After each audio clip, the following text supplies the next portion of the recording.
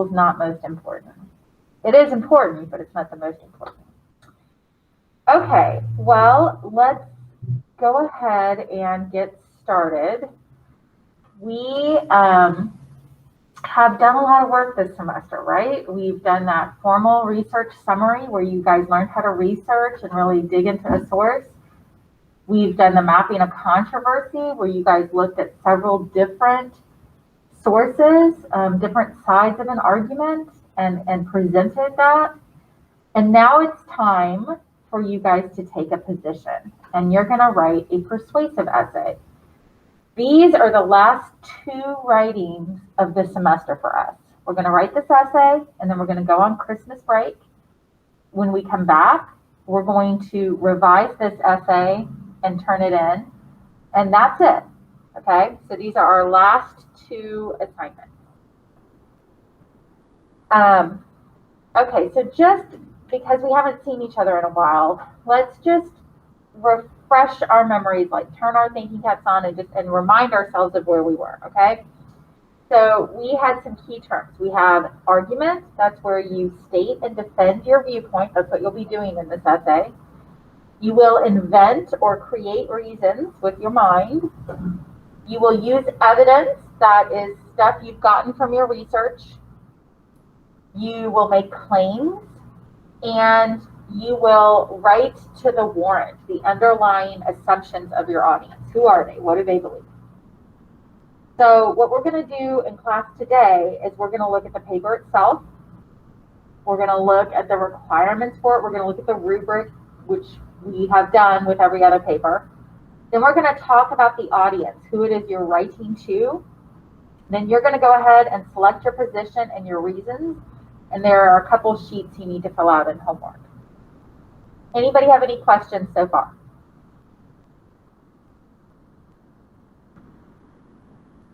Okay. I have a question about the essay that we took, not the essay, the one that we had before break, the revision.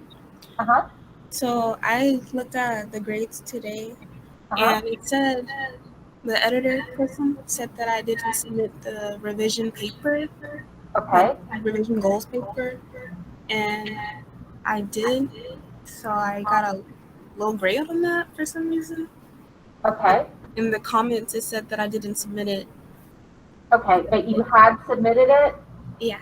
Okay, so Lana, what we're going to do is we're going to call UT, all right? And you know, these are human beings and they make mistakes.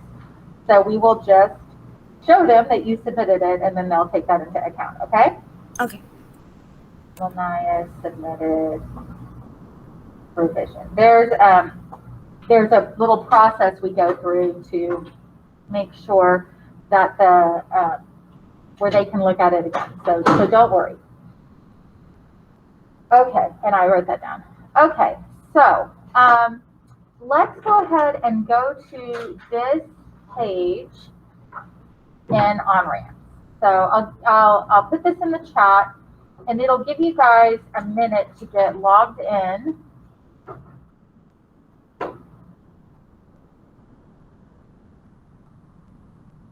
And get to this page.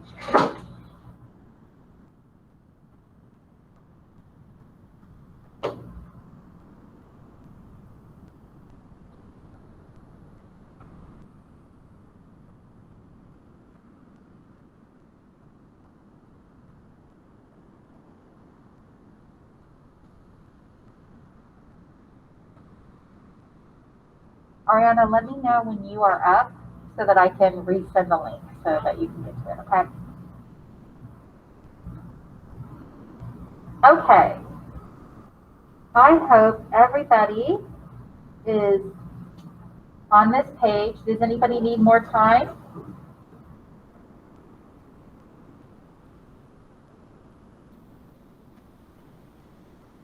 Okay, hearing no comments.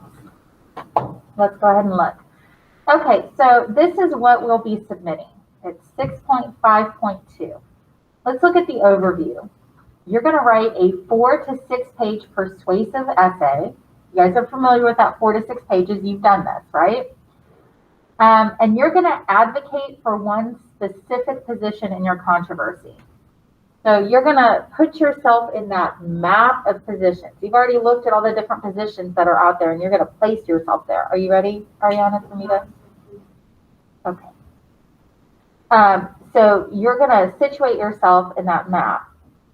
And your goal for this essay is to produce an argument that advocates for a particular position using the persuasive strategies analyzed and studied throughout the semester.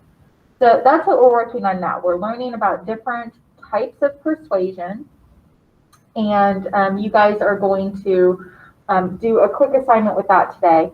And yeah, okay. So the specific expectations for this essay is that it's going to require all the information you've gathered and all the knowledge of rhetorical strategies you've gained. And now you're going to decide which position you agree with.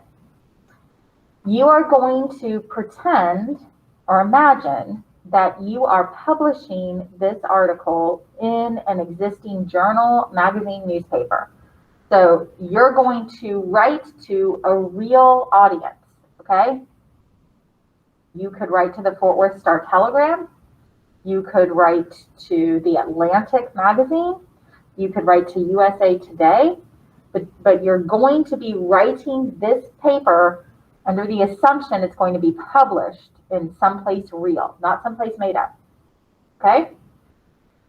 And so in order to do that, you have to know about the audience because you're making an argument. And remember, if your audience changes, your argument changes, right? I think we talked about this earlier in the year, but if you were going to ask your, let's just say you live at home with your mom and your dad, okay? And you need to borrow some money. The way you ask your mom is not the way you're going to ask your dad, right? They're different people, and what works with your parent, one parent probably won't work with another, yeah? So if I said, Daddy, give me money, he would. If I said, Mommy, she would say, freeze, what are you doing? You don't call me Mommy, that's weird, right? So knowing who your audience is going to be important in the way that you make your argument. You guys with me? Ariana, are you up, hon? Okay. Here is the link. I'm going to put it in the chat just one more time so you can get to the page. Okay. All right. So you're going to have to explain that audience at the top of your paper. Here are some examples. Example 1. You're writing an opinion article addressing students who are opposed to the top 10% rules to be published in the Daily Texan. Daily Texan readers are generally aware of the top 10% rule, but have many different opinions about it, and many don't particularly know how the rule affects admission. So you're telling me where you're going to publish it and who the readers are, what they think or would think about this position, okay? Here's another example. An article to be published in Human Events. Human Events readers tend to be very conservative, especially on cultural issues, all right? And that's going to be at the very top of your paper. So when you are planning your arguments and arranging your essay, you want to keep this audience in mind because it's going to affect the way that you write. Okay, to get a C or above, your paper has to be 4 to 6 pages long with the typical MLA format. 1-inch margins, a heading in the top left corner, a title centered below the heading, Times New Roman font. You need to present reasons and evidence that will appeal to this audience that you've identified. You need to strategically and effectively incorporate at least 2 credible sources, all right? So you've already got those sources, you've used them in your other papers, okay? Convincingly address the opposing argument by some combination of concession, refutation, or rebuttal. Document all your sources accurately in text and on a works cited page according to the MLA guidelines.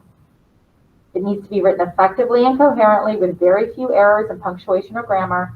It needs to have been peer reviewed at the in-class workshop and revised based on this peer review, which means that your essay needs to be done by the peer review date so your partner can peer review it, okay? When we did this previously, a lot of students didn't have their essays done on time, and so they didn't get them peer reviewed, and that is 10% of this grade, right? And if you don't do it, that's affecting you and a classmate. Your study groups that I've put you in, that's where you'll be peer reviewing. So you need to make sure that it's done so the other members of your study group will have something to look at. Okay? Any questions so far? So we use the sites that we previously used? Yep. All the work we've done up to this point has been preparing for this essay. So we don't need to find any new information? You don't need to. Now, if you want to, you certainly can, all right? But you've got enough right now that you don't have to. Does that make sense? Yeah. Okay. Okay, you're going to submit both the peer review and the essay. And then let's look at the rubric. So for the first part, you've got a description of the audience and the venue, which you're going to put above the title on the first page. It's 4 to 6 pages. You've got your works cited. You've got your MLA format. You fairly represent at least one credible opposition argument. So somebody who is arguing something opposite of what you are arguing. Okay, so you have to, you're making your argument and you need at least one voice in there that is opposite that you're responding to. And then you make a concession, refutation, or rebuttal, which we are going to work on as we move through writing this paper, okay? You need to have arguments that support the main claim and appeal to your audience. That's really important, okay? The reasons you pick can't just be your favorite reasons. They have to be the reasons you think will support or will appeal to the audience you're arguing to, right? It might be your best argument, but if your audience isn't going to buy it, if that underlying warrant, that assumption isn't there, you need to pick a different reason of support. Okay, you include evidence to support your reasons. You've got a specific arrangement, which we will work on in the coming days. All right, that's how the paper is organized. You integrate quotations effectively. You write coherently with few errors. You document everything using MLA citations. And your essay is peer reviewed. Okay, so all of that is the paper. And the paper is due, you can't see this. Sorry, the paper is due on December 18th. Okay, I do not know what's going on with my computer. I'm so sorry. Okay, it is due December 18th at 9 p.m. Okay, so to help you guys with that, if you've got a planner, get it out. If you don't have a planner, come to OnRamps, classwork, Google Classroom, and you will see under argumentation something that says pacing calendar, persuasive essay. Go ahead and open that up, and here's your pacing calendar. All right, I've already marked some dates on here for you. Friday, December 18th. It is due to UT by 9 p.m. Tuesday, December 15th. That's our peer review day, okay? So you want that draft completed when you come to class. That'll give you Thursday to revise your draft and get it submitted. So here we are today on December 1st. And not next week, but the week after, you're going to have the essay done and ready to be peer reviewed. Okay? This is your pacing calendar. I expect you guys to fill it out or to fill out your own personal calendar. If you have a personal calendar like I do, you can fill that out and submit a screenshot for the assignment. I don't care, but I want you guys to be making sure you understand what needs to be done by when. Okay? Okay. All right. No questions? We're good so far? Okay. Okay, then let's talk about the topic. you probably already know what position you want to take, what it is you want to argue, right? You know this topic pretty well by this point, and you probably know what it is you'd like to see happen with it. So you need to think about what your position is and then what reasons you're going to use to support that. And in order to understand those reasons, we're going to have to talk about the audience. But first, let me go ahead and have you guys write down the position you think you're going to take. All right? Here's where you're going to do that. You're going to go to Google Classroom again. And under classwork, there's an assignment that is called Audience and Outline. So when you pull that up, there's a bunch of stuff here. You're going to pull up the one that says Argument Outline right now. Okay, and in this, it just says, in a sentence, explain your argument. What are you arguing? And then it's got a place for some supporting reasons. Don't do those reasons yet. Just in a sentence, explain your argument to me. Okay? I'm going to give you guys a few minutes now for you guys to do that. What do you want to argue in this persuasive essay?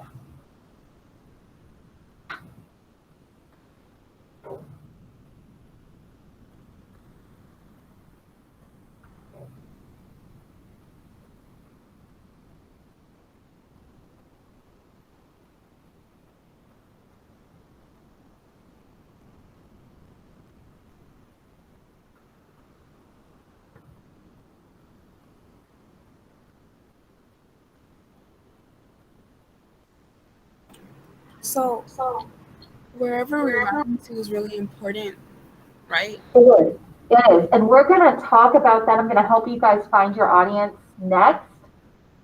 So yeah, that's a key part of this. Okay. Miss, I have to go. I have a doctor's appointment. Okay, Regina, I'll post the video. Okay, thank you. Okay.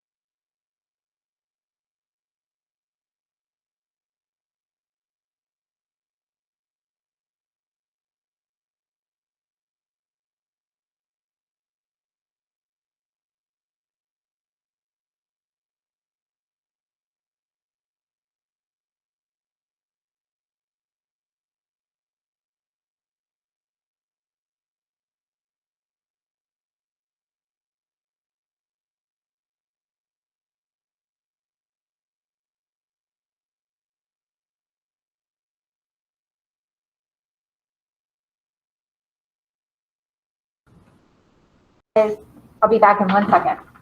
Okay. What's your topic again?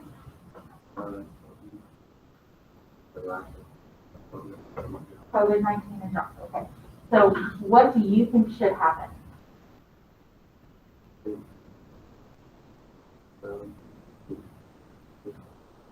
What should they do? I don't know if the government can just make jobs. What about, huh? I don't know that they can make them available. Okay, so the problem is people are needing to go to work, right? But they can't because of COVID. So what should the government do about that? The government can't really get rid of COVID. So maybe the government needs to give money to these people. Okay, so then that's what you're arguing. The government needs to provide assistance to people who can't work. That's your one sentence position, okay? Do you have that thing that's right? Okay. Yeah. Okay, and Ariana, you're good? Okay. Okay, does anybody need to talk through their topic? Like you're not sure how to phrase your position? No, I think I got a handle on it. Okay.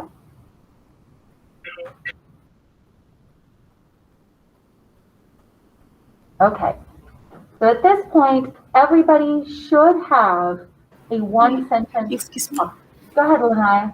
Do we state what side we're on at the beginning? You're going to, yeah. And you need, so this one sentence thing should be what you think should happen. Like I have a student in class who's writing about people who can't work during our current pandemic. So this student is going to argue that the government should provide financial assistance to people who cannot work. That's what they're about to argue. What are you about to argue? Was that rhetorical, or are you like asking? Actually, yeah, well, I mean, you can tell me and we can talk it out, or I'm for schools moving to online. Okay, so you think schools should? Well, during the pandemic, because Yes. Okay, so the breakout at my mom's job. Oh gosh. Yeah. Okay, so that's what you're arguing. For safety, schools need to be virtual. Period. That's your argument. Yeah. Okay. Good. Okay. Okay, so now let's talk about audience. All right. There are different types of audience, and so we're going to go over those right now. That is in this, sorry, that is here. So come to this page with me in Canvas.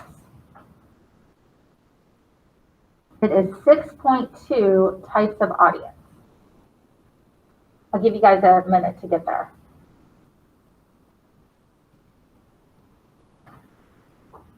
You there? So I just put another link in the chat. Go to that page. Quinty, are you there? Yes? I just put a link in the chat.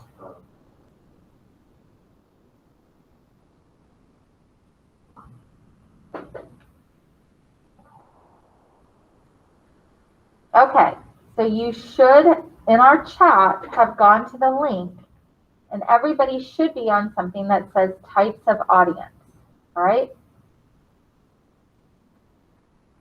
It's impossible to describe every audience. We can't even invent words that would describe every possible audience you could have. You already know this because you've written a paper that looks at stakeholders, their knowledge, their interests, and their values. When you write your persuasive essay, you need to consider your audience in these detailed terms. What do they care about? What do they know? What do they believe? In this subsection and the following, here are some terms for thinking about that audience. These terms will help you describe the audience's relationship to the subject matter. Understanding the audience's relation to the subject will help you to organize your persuasive essay. So here's the first one. Your audience can be sympathetic.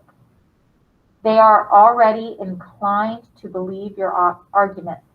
They either agree in part or in whole with what you will say. They may be reading just because they like to learn about others who agree with them, or they may be reading to learn more about something they already believe. You could be writing to a hostile audience.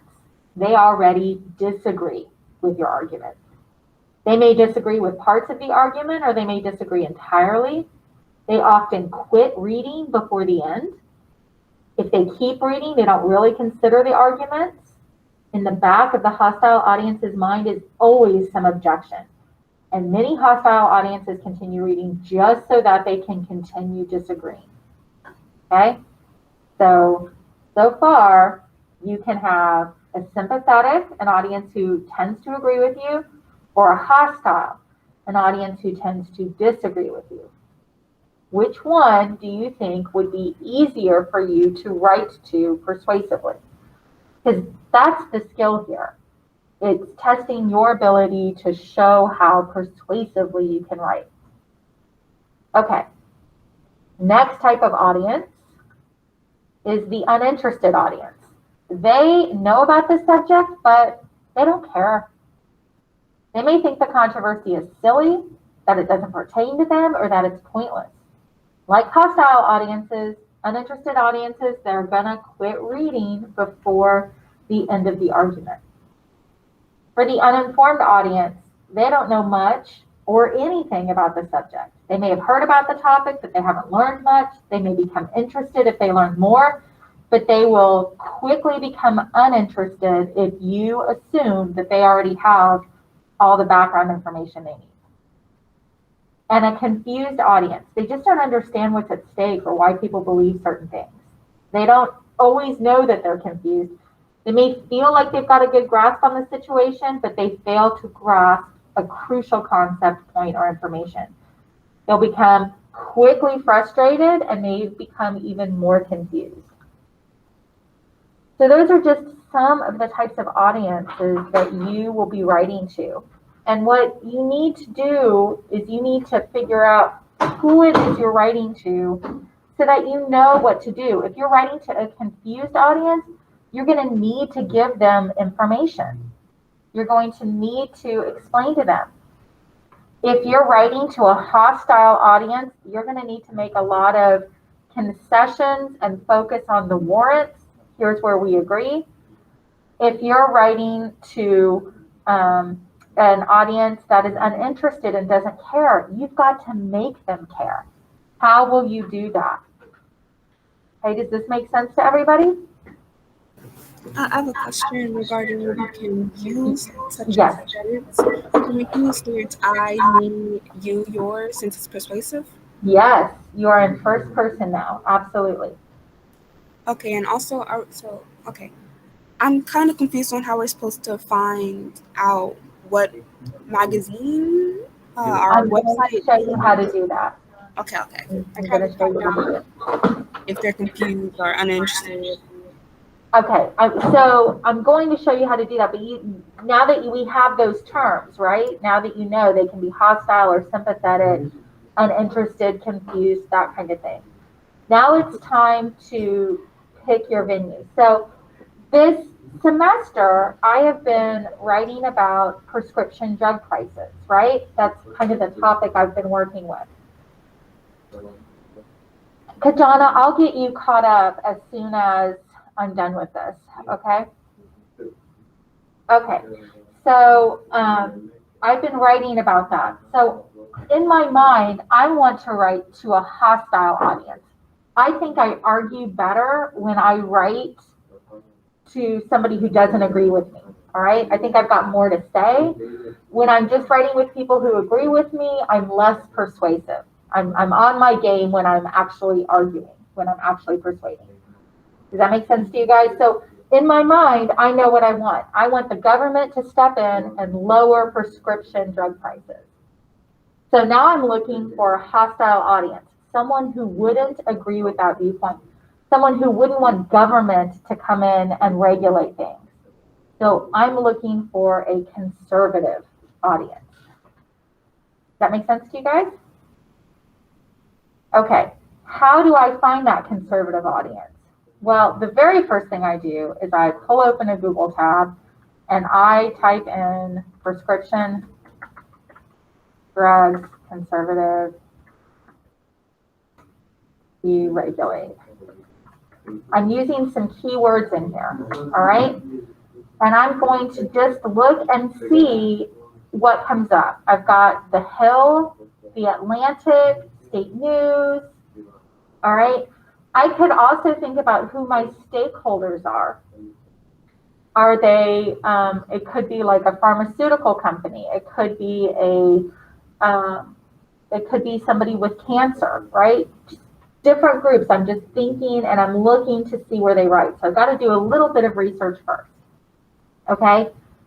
And I end up with this paper called The American Spectator, okay? That's what I ended up finding, The American Spectator, okay? So once I'm on this website, I'm going to scroll down to the very bottom, and there's something that says About. That's what I'm looking for. You're going to find this on every newspaper or magazine website it's about. And it's going to tell me a little bit about this. So here's what it tells me.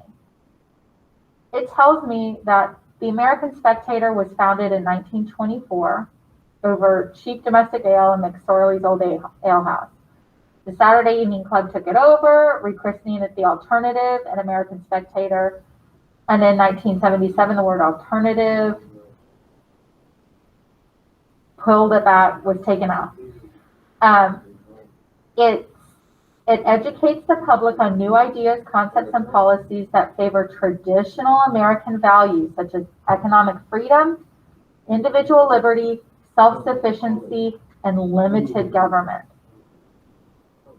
So I know when I read that the people who write this magazine are against big government. They want limited government.